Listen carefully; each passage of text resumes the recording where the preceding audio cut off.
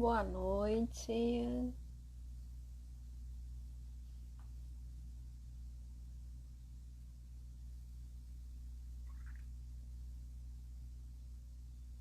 Olá, boa noite, Débora, Júlia.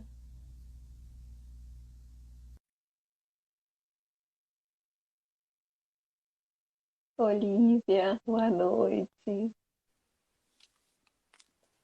Olá, Olá, boa noite. boa noite, tá me ouvindo? Simone, boa noite. Tô te ouvindo, tá me ouvindo? Tô sim. Ah, Tudo e bem? aí? Tudo bem, e você? Tudo bem também. O pessoal tá entrando aí. Ih, tá aí. Nossa, tem bastante gente Boa aqui já, né? noite. Boa noite, todo mundo. Vocês estão conseguindo nos ouvir bem? Coloquem aí, né, se vocês estão conseguindo ouvir. Podem ir comentando aí Você tá também meio com os baixo, ouvintes. Débora. Oi? Pra mim, a sua tá um pouco baixo. Tá baixo? Deixa eu É, colocar o melhor você botar o fone. fone. Eu esqueci do fone, gente. Peraí, deixa eu colocar o fone. Pronto, agora tá Ah, melhor? agora sim. Agora ficou ótimo.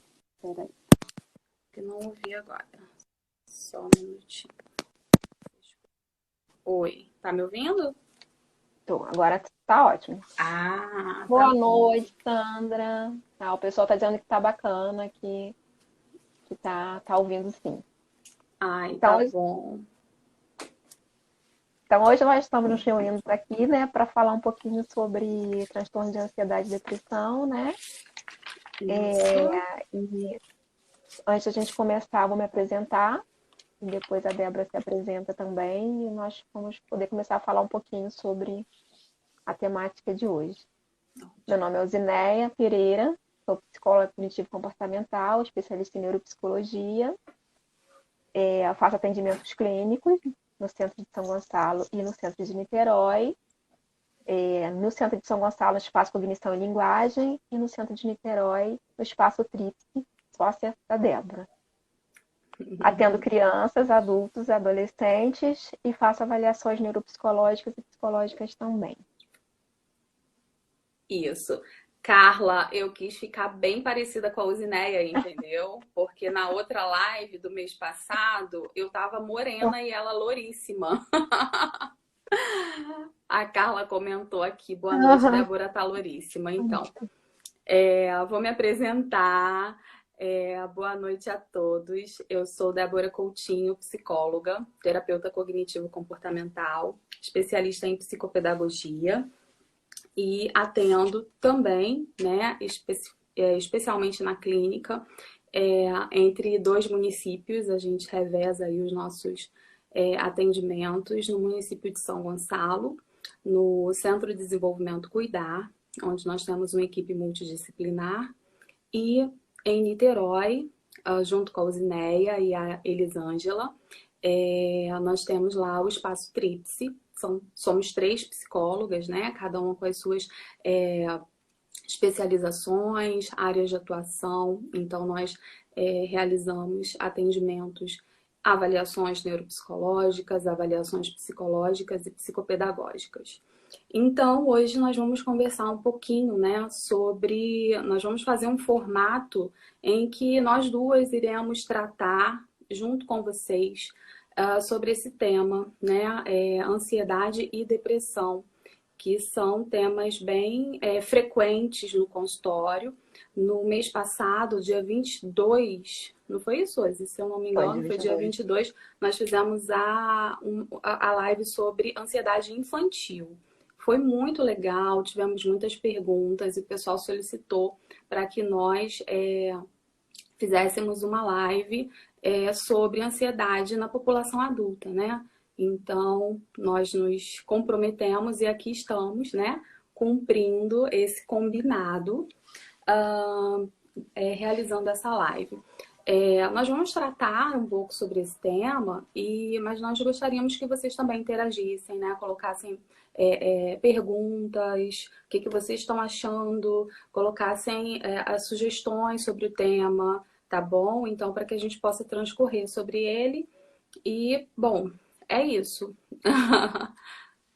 Eu acho que ficaria muito mais interessante se nós conseguíssemos tirar mais dúvidas, né? Fazer um bate-papo com o pessoal que está assistindo, né? Sim, sim. Eles têm muitas dúvidas e a gente, enquanto profissional, a gente acaba deixando passar algumas coisas, né? Porque para nós acaba sendo tão normal, né? Que a gente deixa de falar, né? Porque tá no dia a dia, tá na prática constante, né?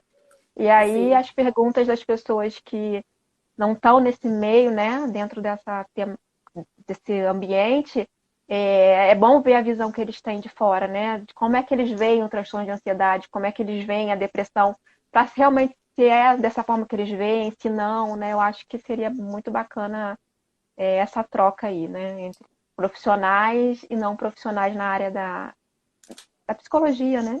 Sim, com certeza. Assim, você pontuou, né? Você falou da questão das pessoas, da gente saber, né? Ter um termômetro, saber o que o pessoal tem de dúvidas, tem de sugestões e de questionamentos acerca do tema, porque assim, na última live, né, surgiram algumas dúvidas e a gente percebe no nosso dia a dia mesmo de atendimento, algumas dúvidas que são fundamentais para que a gente possa entender a ansiedade e a depressão, né? Assim, a ansiedade é algo que é fundamental, né? E foi a pergunta que ficou, nós respondemos, né? O Arthur? O Arthur, e foi uma pergunta que expressa muito o que muitos de outros pacientes questionam, que é assim, como que eu faço para não ter ansiedade? Me livrar. Né? Como que eu faço A palavra é essa, livrar, né? Sim, sim. E a Osnéia estava transcorrendo sobre o tema e ele perguntando, né? Mas como que eu faço? E assim, é muito comum ouvirmos pacientes questionando, perguntando, e como que eu faço? Me dá uma dica, né? Para eu me livrar da ansiedade. Gente, é muito importante entender que a ansiedade é fundamental, né? Eu preciso, ela é uma emoção, é fundamental experimentar a ansiedade, né? Sentir ansiedade diante de determinadas situações. Então, ela é inerente, ela faz parte do meu processo de desenvolvimento. Né? Então, eu preciso estar ansiosa. Ele queria tirar a ansiedade, até estava lembrando aqui. Então, assim, né? Então, assim, não tem como tirar a ansiedade. Né? A ansiedade, ela é fundamental para que eu me prepare para uma prova, né? Por exemplo, para que eu me prepare para uma live, né? Então, ela é fundamental para que eu me desenvolva. Assim como uma outra emoção, que é a tristeza, né? Como eu faço para não ficar triste? Não tem como, né? No dia a dia nós vamos experimentar emoções como ansiedade, tristeza, raiva. Então é comum. O que é importante entendermos é que quando esses sentimentos, quando essas emoções, elas estão em desequilíbrio, né? Eu estou experimentando de uma maneira exagerada, então estão me trazendo, me adoecendo, né? Me trazendo algum tipo de sofrimento e prejuízo na minha vida social, na minha vida acadêmica, no meu aprendizado. Então, familiar. aí sim, familiar. Então, aí sim se caracteriza um transtorno, né? E aí sim eu preciso reduzir, né? E não tirar, né? Então, o que você ter quer? controle sobre, né?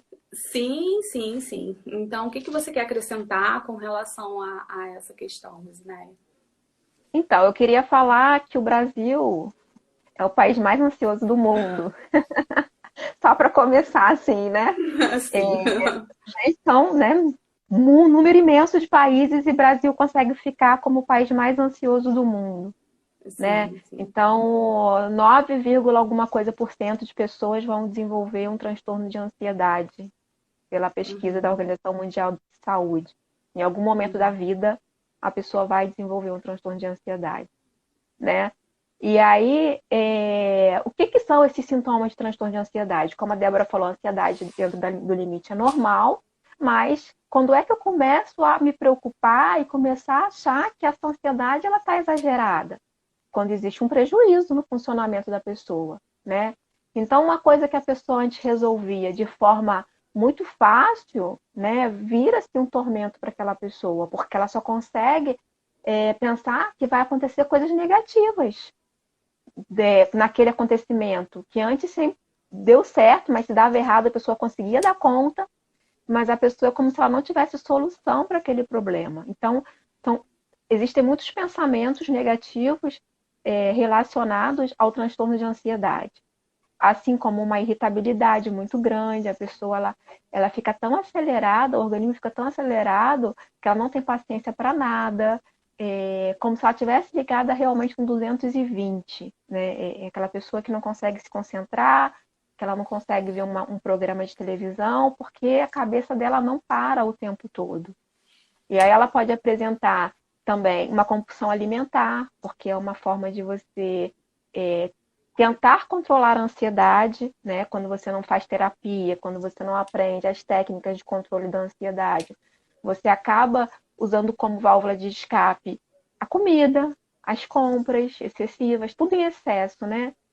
Rói unha, é, perde o sono porque fica pensando o tempo todo, né? Então, se você começa a ter esses sintomas, você começa a ficar meio que alerta, né? Tem alguma coisa errada acontecendo aí comigo, porque eu não era assim, eu conseguia reagir bem às situações, eu conseguia dar conta da minha vida cotidiana, da minha rotina, e hoje eu não consigo mais porque eu estou sempre preocupada, porque é, tudo que a menor coisa vira uma coisa muito grande, né? E aí você perde o controle da situação, né? É uma perda de controle da situação, né? E aí vem junto com os sintomas físicos, né? Que é a taquicardia, que é a falta de ar, que é a dor de barriga, né? Que é a sensação de, as pessoas falam de angústia, de estar angustiada, a sensação de ter medo, né? De que é como se alguma coisa a todo momento fosse acontecer, uma tensão constante, né? A Sim, pessoa sim. fica tensa o tempo todo, sobressaltada, qualquer coisa, a pessoa está tensa, né? Uhum. Então, esses são alguns sintomas, sinais e sintomas que as pessoas devem estar atentas para caso comece a ocorrer com muita frequência, né? Peraí, tem alguma coisa errada, preciso buscar uma ajuda de um profissional aí para ver o que está acontecendo, né? Sim, sim. É importante a gente também ter a compreensão de que esses sintomas, eles surgem, né, na ausência de um estímulo externo, né?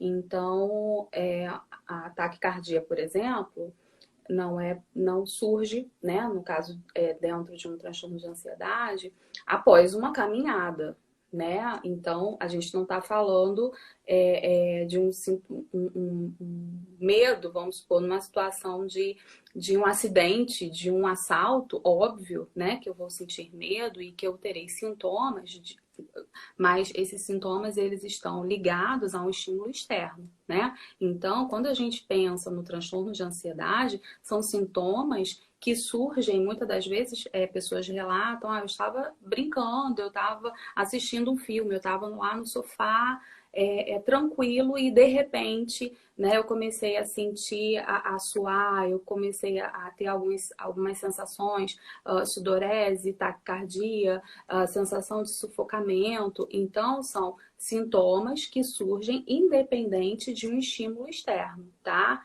É muito importante a gente refletir sobre isso. E na intensidade, né? A intensidade e a frequência desses sintomas, eles precisam ser avaliados. Como a Osineia bem colocou, né? é importante estarmos atentos ao surgimento desses sintomas, né? E a intensidade e a frequência desses sintomas, né? Então, assim, se há 6 meses, né, a gente procura sempre buscar um período, né? Então, assim, eu não vou dizer que eu tenho um transtorno de ansiedade, porque hoje apenas eu acordei e tive alguns sintomas referentes à ansiedade, tá? Então, eu preciso de uma frequência, né? Verdade, Então, é aquilo que você está falando, né? Tem que ser um transtorno, o nome já diz, né? Tem que virar sim, um transtorno na sua vida.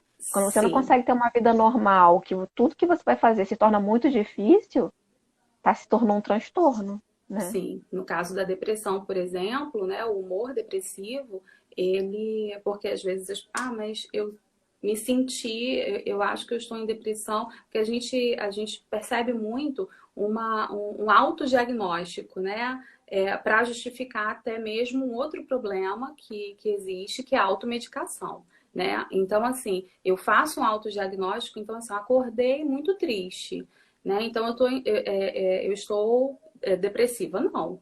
Né? Então, assim, o quadro de depressão, assim como o quadro de ansiedade, ele precisa ser avaliado por profissionais competentes para que a gente possa. Nós utilizamos, por exemplo, o Manual Diagnóstico, né, de Saúde Mental, que é o DSM-5, e através desse manual eu tenho lá critérios para que eu consiga chegar a um diagnóstico. Então, eu não posso fazer um autodiagnóstico, né? Então, acordei triste. Muitas das vezes é uma tristeza que está associada a algo externo, né? Então, se eu perdi alguém querido, se eu perdi um emprego, óbvio que eu vou sentir alguma sensação de tristeza, é natural, tá? Então, diante de um risco iminente, eu vou ter sensações de ansiedade e medo. Então, é natural. Então, é Uma muito defesa. importante nós termos um cuidado, sim, um cuidado muito grande, né? A Cássia, ela fez uma... Beijo, Pergunta. Cássia.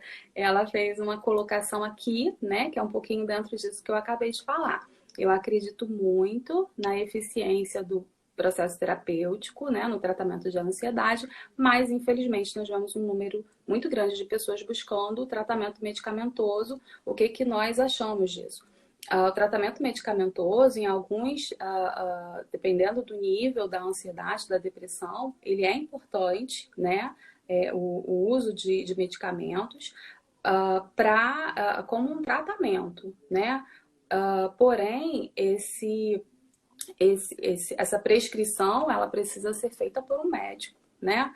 Então, o médico ele precisa ir lá e receitar, ele precisa, diante de um diagnóstico prévio, né? Então, foi diagnosticado com transtorno de ansiedade generalizada. Então, o psiquiatra ele vai fazer uma prescrição médica, né? Específica para esse transtorno, tá? Então, é importante esse cuidado porque a automedicação, ela é muito prejudicial, né? Então não Uhum, pode ter. sim. Eu queria falar um pouquinho também dos sinais e sintomas da depressão, né? A gente falou um pouquinho dos sinais e sintomas Sim, da sim. ansiedade, né? Do transtorno de ansiedade, né? E falar um pouquinho dos sinais e sintomas da depressão. Inclusive, a Tarciane falou ali que se encaixa em todos os sintomas da ansiedade. Tarciane, terapia em você, hein? Não foi? Ela falou ali, ó, encaixa em todos os sintomas Uhum. ditos Em todos aí os na live. sintomas. Sintomas, né? Então, muitas vezes a pessoa que tem um transtorno de ansiedade desenvolve a depressão, né? Acaba sendo uma comorbidade a depressão diante do transtorno de ansiedade, porque a pessoa ela anda tão acelerada, tão acelerada, tão acelerada que uma hora ela cai, né? Ela entra num processo de depressão porque o organismo reage àquela aceleração toda, né, do 220. E aí ela, se ela estava no 220, ela começa a perder o interesse pelas coisas, o humor fica mais deprimido, aquela pessoa que não sente mais tanta vontade de sorrir, né? Aquela pessoa que você está falando e ela não demonstra nenhum tipo de reação, fica meio apática. Ela antes gostava de ir nos lugares e agora ela não quer mais, ela inventa desculpa, prefere ficar sempre em casa.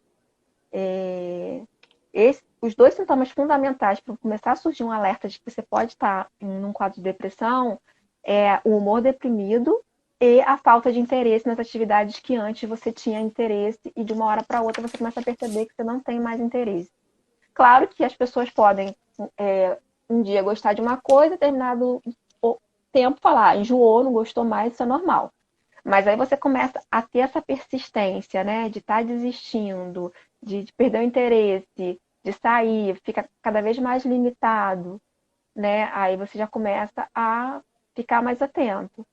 Fora esses dois sintomas principais, existem outros também que precisam ser avaliados, mas que não tenha que ter todos eles ao mesmo tempo. Algumas pessoas apresentam uns e outros não, como a insônia ou o excesso de sono, a perda de apetite ou excesso de apetite, a questão da. Às vezes tem pessoas que ficam mais aceleradas, outras ficam mais lentas, né? Falta de concentração também é um sintoma da depressão, assim como é da ansiedade, é da depressão. Por isso que muitas vezes a gente precisa fazer uma avaliação mais apurada para saber se é só um transtorno de ansiedade, ou se é um transtorno de ansiedade com depressão, ou se é só uma depressão sem um transtorno de ansiedade, né? Porque existem alguns sinais e sintomas que são parecidos e outros que são diferenciados com que a gente possa fazer a hipótese diagnóstica diferencial, que a gente, enquanto psicólogo, não pode fazer o diagnóstico, né? A gente tem que encaminhar para que o médico feche o diagnóstico. Por mais que lá no fundo a gente já saiba o que a pessoa tem, né? Já está lá, meio que. Mas a gente sabe que o papel do médico é esse, né? É de avaliar, fazer os exames que são necessários para descartar as questões orgânicas, né? Biológicas, para fazer o melhor tratamento junto com a terapia, né? Então, a questão da depressão é mais nesse fator e dizer que tanto a depressão quanto a ansiedade, transtorno de ansiedade, tem uma questão genética, né, de hereditariedade, uma questão também biológica de alterações nos neurotransmissores, as pessoas ficam com os neurotransmissores desequilibrados e por isso que muitas vezes tem que entrar com a medicação, porque a terapia muitas vezes não consegue alcançar a parte biológica, né? E aí entra com a medicação para regular essa parte biológica. O ambiente social e familiar também é uma coisa que influencia demais, demais. Acredito até mais do que a questão genética e biológica. O fator ambiental, familiar, Sim. é fundamental, né? Para que se evolua para um transtorno ou não. Um ambiente mais saudável, provavelmente, é mais difícil que evolua para um transtorno. Um ambiente familiar mais desestruturado, consequentemente, evolui para um transtorno, né? Então, são coisas que você tem que estar atento, né? Como a Débora falou, claro que quando a gente perde um ente querido, quando a gente briga com o pai e com a mãe, na hora a gente fica triste. É normal, né? Porque você não vai ficar feliz por ter tido um desentendimento, por ter tido uma perda, mas tem um limite de até onde você vai sentir essa dor, né? Tem um tempo certo de onde você vai sentir essa dor. Claro que para alguns mais tempo. Na questão do luto, tem pessoas que levam 2 anos para superar o luto de uma pessoa querida, né? Mas mesmo em processo de luto, a pessoa continua levando a vida normalmente. Ela continua conseguindo levar, tá triste, tá em luto, mas tá levando. Agora, quando ela entra em depressão, que ela não consegue superar esse luto, que a perda é tão grande que ela não consegue lidar, aí já entra num processo de depressão, né? Porque aí a pessoa não aceita, não sai da fase de negação, de que não aceita que a pessoa tenha morrido e fica naquela fase, porque o luto ela tem várias fases e você precisa vivenciar as 5 fases do luto. Se você agarra em uma delas, você provavelmente vai entrar num quadro de depressão, né? Então, o fator ambiental, ele para a ansiedade e para a depressão, ele é fundamental. Por isso que a gente precisa tentar ter um ambiente o mais saudável possível, né? Dentro do ambiente familiar, dentro do nosso convívio social, né? Porque são sim. coisas que vão acontecendo e vão somatizando que faz com que desenvolva algum tipo de transtorno. E como você está falando, evolui, né? E no caso da evolução desse quadro, desse transtorno de depressão, podendo chegar, né, a pensamentos recorrentes de morte, né? Suicídio. Podendo chegar, no caso, até numa ideação suicida, né? Então, que aí é a evolução mesmo do quadro depressivo, né? Então, chegando, inclusive, então, assim, a depressão mata? Mata, né? Quando eu começo a utilizar medicamentos, como o desvalor que eu tenho pela vida, né?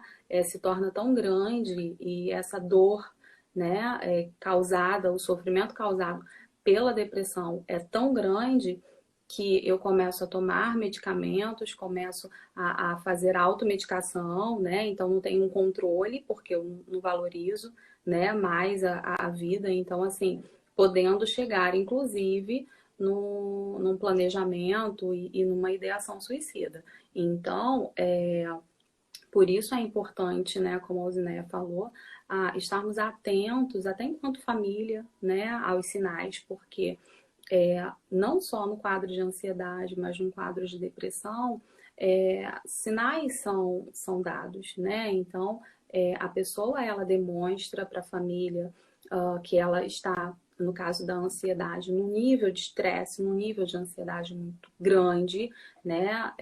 Como vocês colocaram aí, eu me enquadro em me encaixo em vários desses sintomas. Então, assim, existem sintomas, né? Como nós falamos aqui de alguns, existem vários sintomas, tanto para depressão quanto para ansiedade. Então, se você percebe que ou você ou que alguém próximo, né, um amigo, um parente, está apresentando alguns sinais, é importante indicá-lo a procurar uma terapia, a procurar um serviço médico, né? Porque ninguém aparece do nada, né, num quadro grave, num transtorno grave de depressão.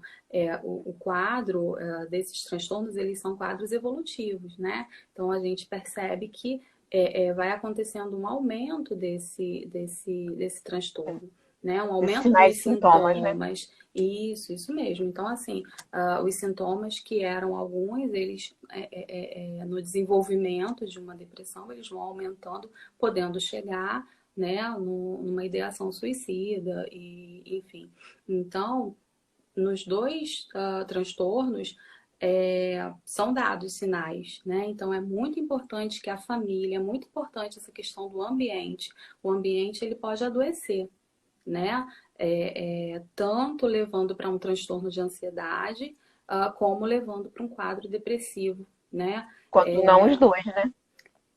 Exatamente. Então, E assim, eu o ia falar que, assim, ambiente. assim como o transtorno de ansiedade é o primeiro no mundo, o Brasil é o primeiro no mundo, o Brasil está em primeiro lugar em alguma coisa, né, gente? Pena que não é algo bom, né? E, pois é. E é o quinto em depressão também.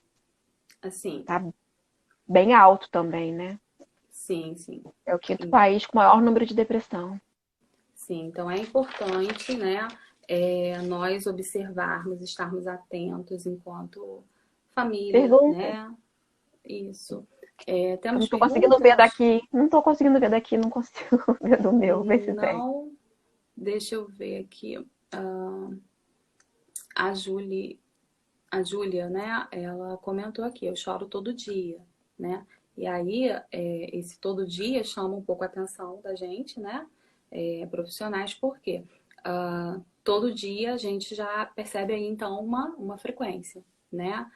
Desse Sim. sofrimento. Então, esse sintoma, ele tá se apresentando com uma certa frequência. Então, é importante, sim, tá, Júlia, procurar um atendimento. Então, assim, você pode procurar um atendimento psicológico, caso o psicólogo, né, nós enquanto profissionais, a gente perceba a necessidade e a intensidade desse sintoma, a gente já faz o encaminhamento, né, a gente faz a indicação para um psiquiatra, né, e aí o psiquiatra, se for necessário, ele entra com a medicação né? E aí são os tratamentos, é importante também deixar bem claro para vocês que, assim, um tratamento não substitui o outro, tá, gente? Então, assim, a intervenção psicológica, ela é importante para esses quadros, ela é fundamental, né? E em alguns, dependendo do nível do transtorno, a intervenção medicamentosa também, né? Então, assim, então eu vou à terapia, eu não preciso tomar medicação.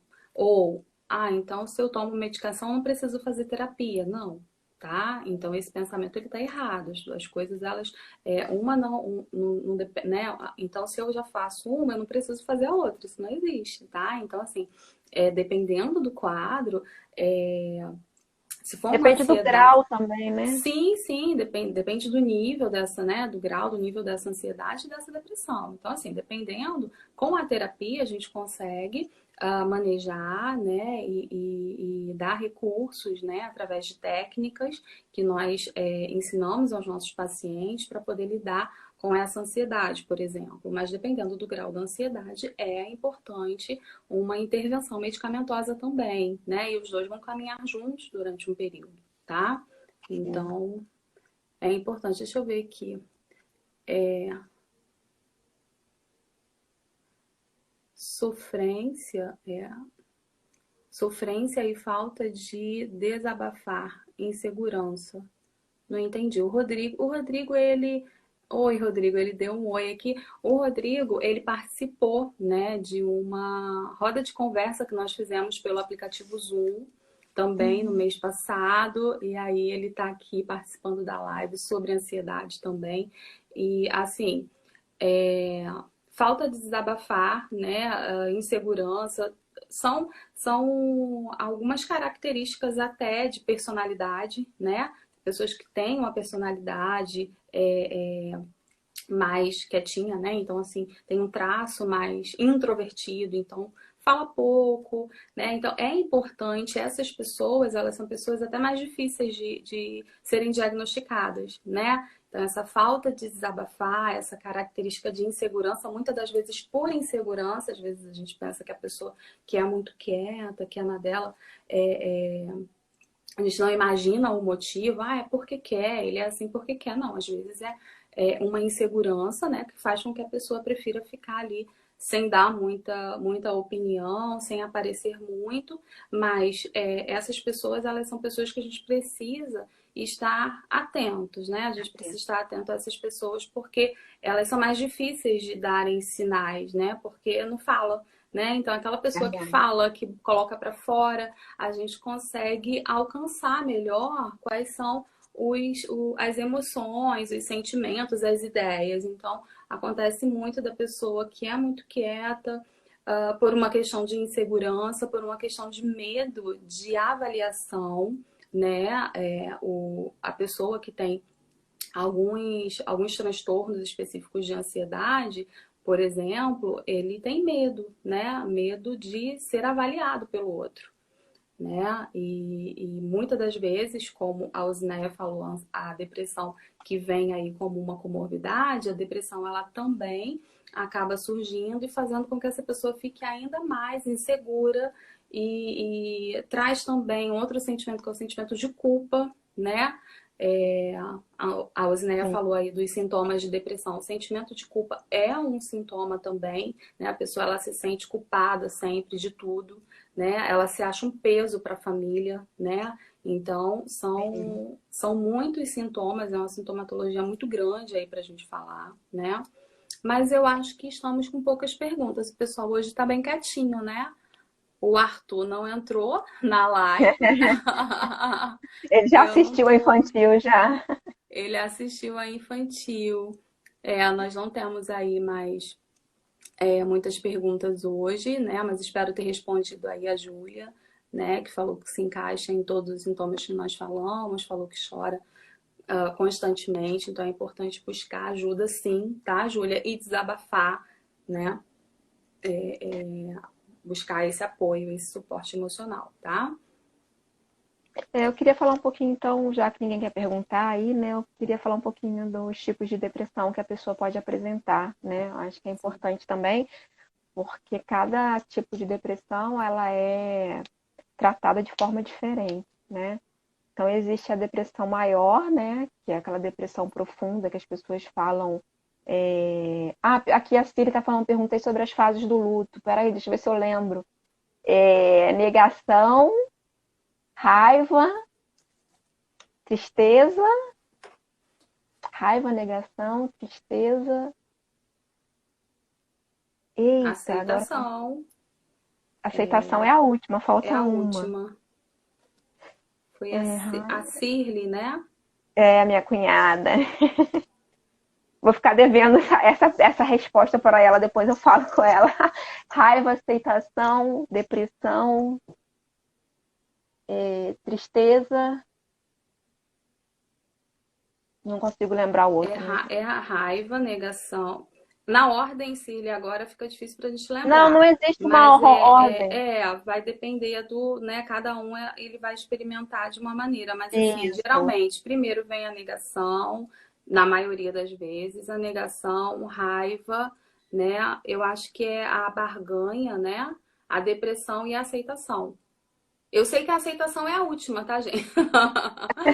Mas é mais ou menos isso aí. A gente pode depois confirmar para você, Cirle, pelo direct, tá? E inclusive falar um pouquinho mais sobre o luto, né? Porque é também muito importante, né?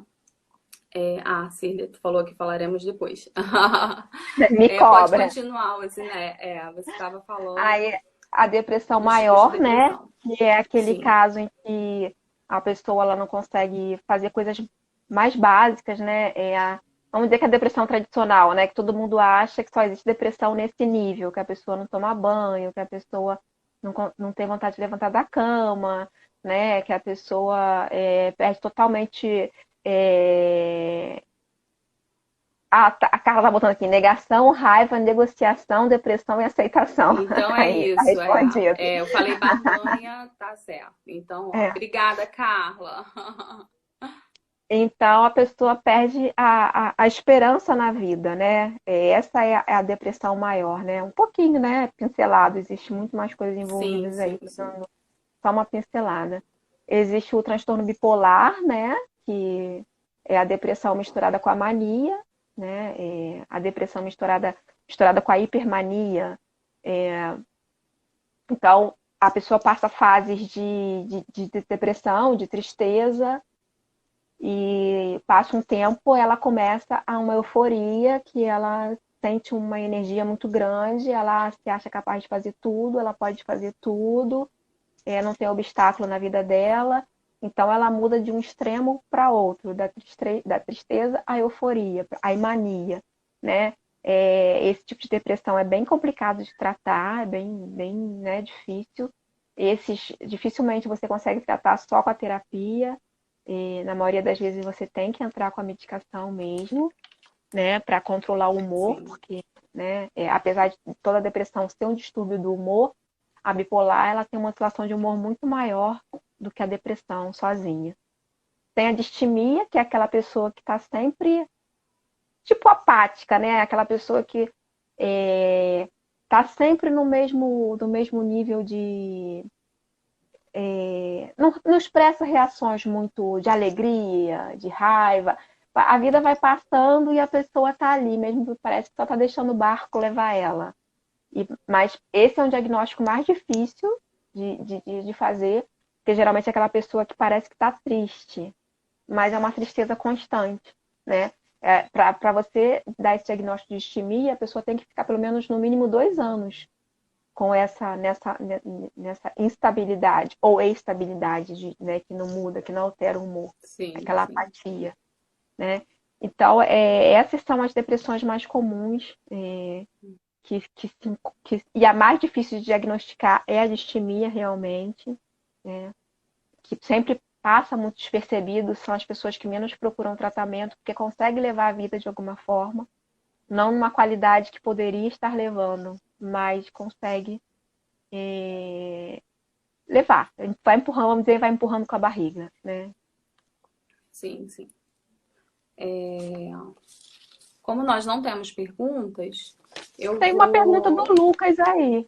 O Cadê? Lucas perguntou. Deixa eu ver aqui.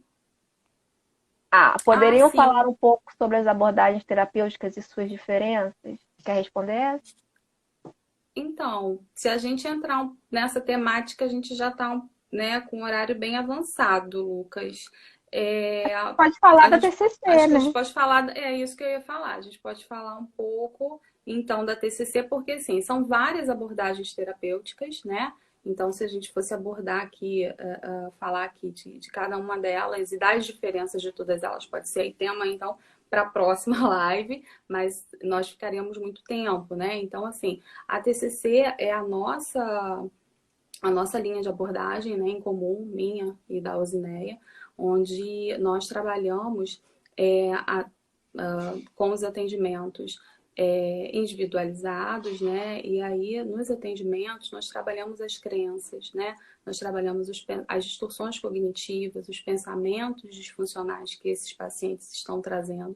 Então, desde criança, adolescente, adulto, eu preciso identificar quais são os pensamentos, né, que estão me trazendo uma emoção e, consequentemente, um comportamento, né? E geralmente esses pensamentos eles me geram sofrimento, são geralmente pensamentos automáticos, a gente chama de pensamentos quentes, né? Então é aquele pensamento que me traz uma ansiedade, me traz algum sofrimento. Então a TCC ela vai trabalhar buscando desses pacientes, buscando entender quais são as distorções, né, que esses pacientes estão tendo com relação à realidade, com relação à sua vida, com relação a si mesmo, né? Então, como a gente está falando, vamos trazer um pouco para o nosso tema, como a gente está falando, então, de ansiedade, né? Então, vamos pensar aí, o paciente, ele chega tarde em casa e ele começa a pensar, será que vai acontecer alguma coisa? Vou ser assaltado, tenho certeza que eu vou ser assaltado, né? Um caso de síndrome do pânico, por exemplo, o paciente que tem certeza que se ele entrar no elevador, ele vai ter algum acidente, ele vai sofrer algum acidente se ele, vamos supor, sair de Alguma casa, né? Ele catástrofe vai tem acontecer. alguma catástrofe. Então, assim, o papel da TCC, do terapeuta com base na terapia cognitivo-comportamental, é identificar quais são as distorções, né? E fazer com que esse paciente, ajudar esse paciente a perceber as distorções que ele tem, que ele tem diante da vida, né? E ajudá-lo, né? A lidar com essas distorções para que ele veja, né? Então, assim, qual a probabilidade que eu tenho de sair de casa e ser assaltado? Né? Claro que dependendo Uhum.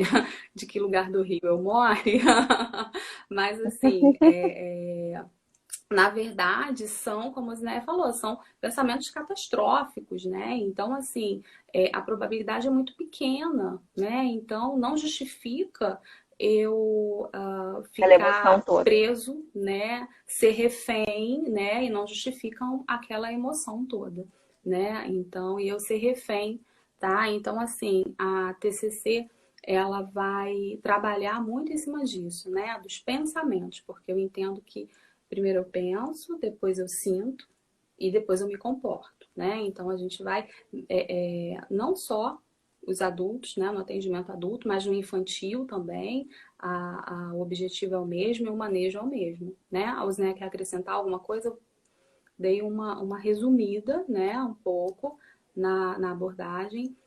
Você quer acrescentar alguma coisa?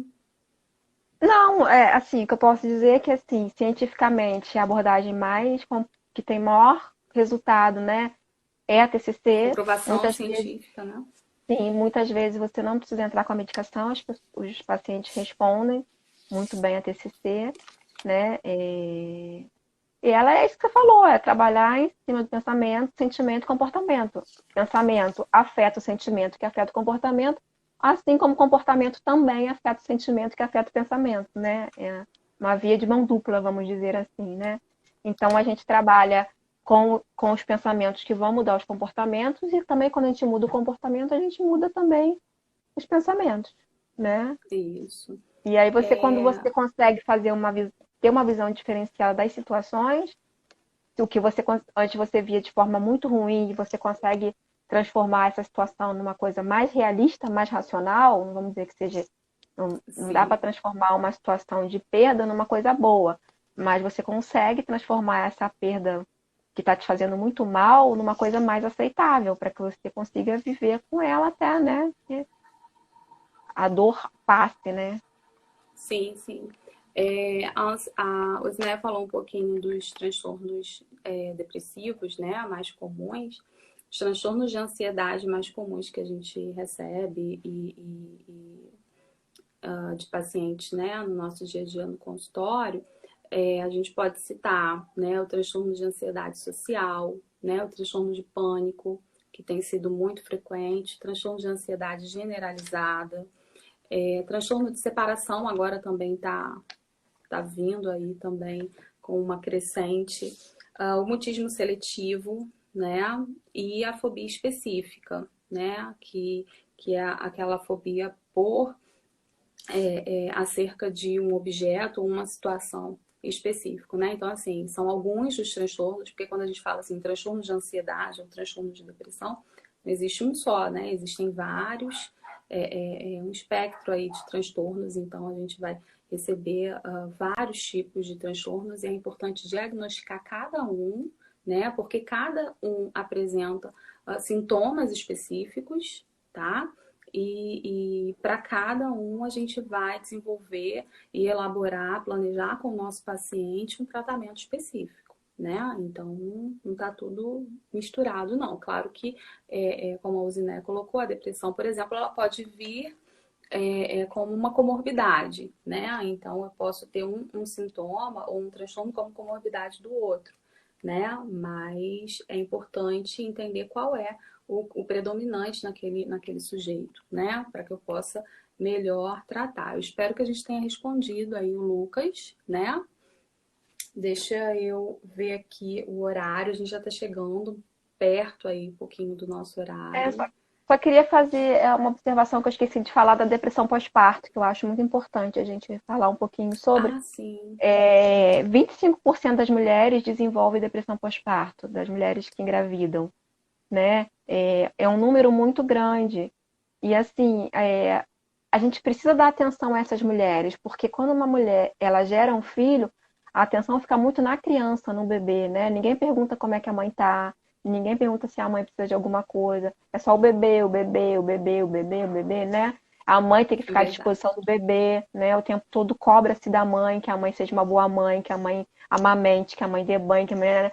Então, é uma sobrecarga de exigências nessa mãe que as pessoas não olham para essa mãe. E aí a mãe desenvolve uma depressão e passa a rejeitar essa criança, e essa mãe é vista como uma mãe ruim, quando na verdade ela não é ruim, ela só está adoecida. Ela só precisa de tratamento, né? Então eu acho que antes do julgamento, as pessoas elas precisam olhar um pouquinho com outros olhos, né? A questão das mães, o cuidado com essas mães. Claro que os bebês precisam de cuidados, mas essas mães também precisam de muito cuidado. A família precisa estar atenta a essas mães quando ganham o bebê. Porque às vezes elas têm a gravidez maravilhosa, não dá nenhum sinal de que vai desenvolver, e o parto que tem um parto que parte mesmo, né? Essa mudança de você perde uma barriga de uma hora para outra e vem um ser vivo para você tomar conta, é uma mudança muito brusca, né? Então eu acho que acho que é importante a gente ressaltar isso aí, o cuidado com essas mães. Sim, sim. É importante falar porque, como você bem disse, né, a falta de atenção, né, para alguns casos até, o que acabam fazendo com que eles evoluam e se tornem um transtorno maior, né, como a gente falou. Então, a atenção no momento do nascimento, né, é muito voltada pro bebê, para atender às necessidades do bebê, né, não que isso não deva acontecer, óbvio, é natural, mas assim, essa mãe ela também não pode ser esquecida, né? Então é muito importante também observar. E às vezes são situações que não temos muito como, né? O parto é um momento que os pais eles procuram o tempo todo se cercar de toda a segurança, mas cada parto é um parto, né? Então, assim, tem muitas cada história é uma situações em história. que sim, que mesmo havendo todo um planejamento, né, algumas coisas saem do controle e do que se esperava, e é o que pode também gerar uma depressão pós-parto, né? É, você citou, e eu acho assim, muito importante a gente falar um pouco além da atenção, né, a gente falar um pouco de algumas dicas, né?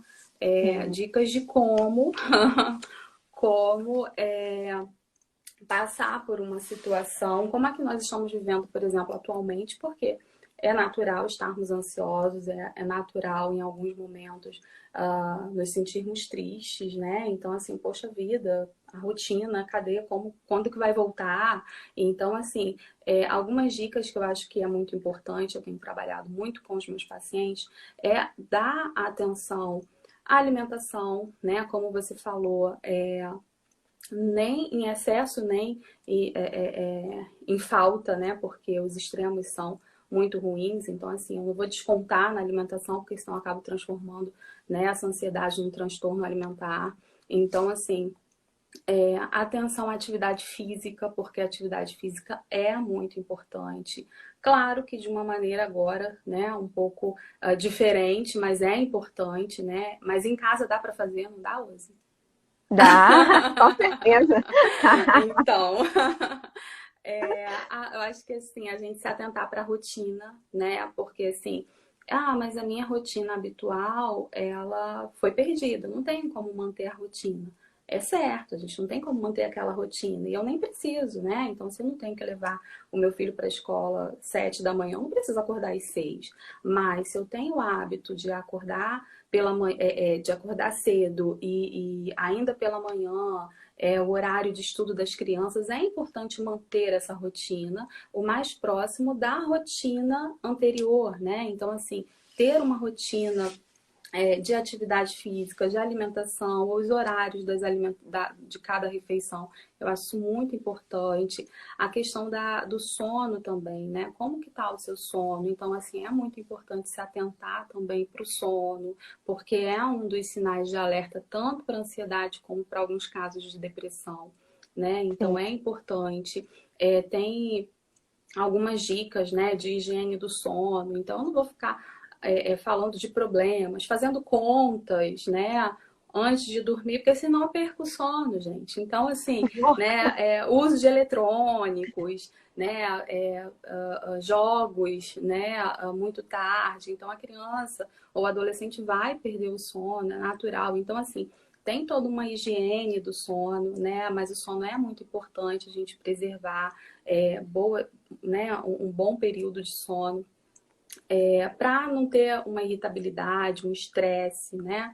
Então, assim, evitar aborrecimentos, conflitos, como eu falei. Fazer terapia, né? É uma Ou, dica aí que, assim, é o suprassumo de todas elas, porque a gente sabe o quanto auxilia, né? Por relatos mesmo de pacientes, assim, o quanto muda o humor, a visão, né?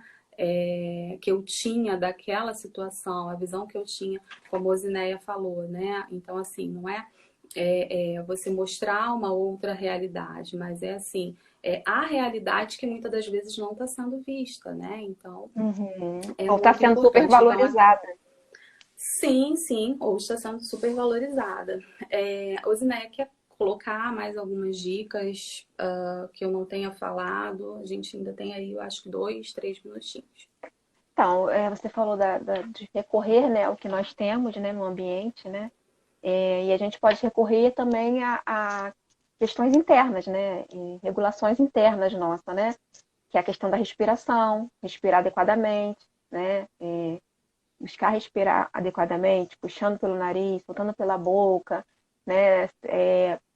Você sentir aquela sensação de relaxamento, escutar uma música que você goste e tentar não pensar em nada é muito difícil, mas vamos pensar numa coisa que seja agradável, num ambiente que seja agradável, alguma coisa que você goste de fazer, mas no momento você não consegue fazer, mas você pode imaginar, que é o relaxamento por imaginação que a gente fala, né? Existe uns relaxamentos muscular progressivo que você também pode fazer, que você vai tensionando cada parte do corpo e soltando junto com a respiração. Antes de dormir, você fazer ajuda muito para relaxar. Buscar um momento do seu dia para fazer atividades prazerosas, que sejam prazerosas para você. O seu cantinho lá, busca um cantinho na sua casa em que você possa realizar atividades que te fazem bem, né? Que esteja relacionado diretamente a você, que a pessoa muitas vezes deixa para trás por conta de trabalho, família, filhos, enfim, né? Buscar um momento só para você, para investir no seu eu mesmo, né? De você conseguir olhar para você. A escrita terapêutica também é muito bom para quem não está conseguindo fazer terapia agora. Tentar escrever o que sente, qual é o sentimento, como é que pode lidar com ele. Porque quando você escreve, você consegue ver de forma diferente aquilo que está dentro de você. Ligar para um colega, um amigo também ajuda muito, né? Numa hora que estiver mais angustiado, mais ansioso. Acho que acabou o tempo, né? Bom, infelizmente. Aí, assim, a gente vai pensando em um mundo de possibilidades e de material, de instrumentos que nós utilizamos, né? Mas não dá para falar de tudo. Bom, eu quero agradecer, né, a todos pela participação. Hoje o pessoal estava mais quietinho, né? A última live que nós fizemos sobre ansiedade infantil, o pessoal falou muito, interagiu muito. Porque quando toca nos nossos filhos, né? Quando toca nossos filhos, a gente fica mais alvoroçado. Eu quero ajudar meu filho, eu quero fazer por ele. E aí, quando é com a gente está mais contido. Sim, sim, mas é importante, assim, estarmos atentos, porque a gente trabalha muito a família, né? A gente entende o quanto é importante, até para que eu possa oferecer um ambiente facilitador, saudável. Oferecer um ambiente saudável para o meu filho, para que ele se desenvolva bem nesse ambiente, eu preciso cuidar do meu ambiente interno, né? Então é muito importante estarmos atentos. Eu espero que a gente tenha, assim, mesmo que sintetizando, né? Porque o tempo é muito curto, então não dá para a gente falar e se aprofundar muito. Mas, assim, eu espero ter respondido bem e que tenha sido esclarecedor para vocês, né? Que eu e a Osné, a gente tenha esclarecido as dúvidas e até as preocupações que eu sei que batem, que a gente fica, né, preocupado com alguns sintomas e tudo mais. Então, assim, que o pessoal está colocando, assim, que foi esclarecedor. A Carla colocou que foi, né, que foi nesse momento, então, né, é um momento muito importante, muito delicado, então quero agradecer a vocês,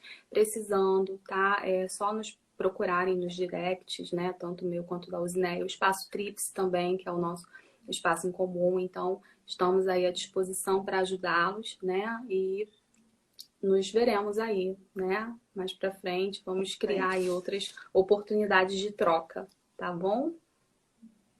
Eu queria agradecer a todo mundo que compareceu. Fico muito feliz aqui, pessoas queridas também, muito queridas.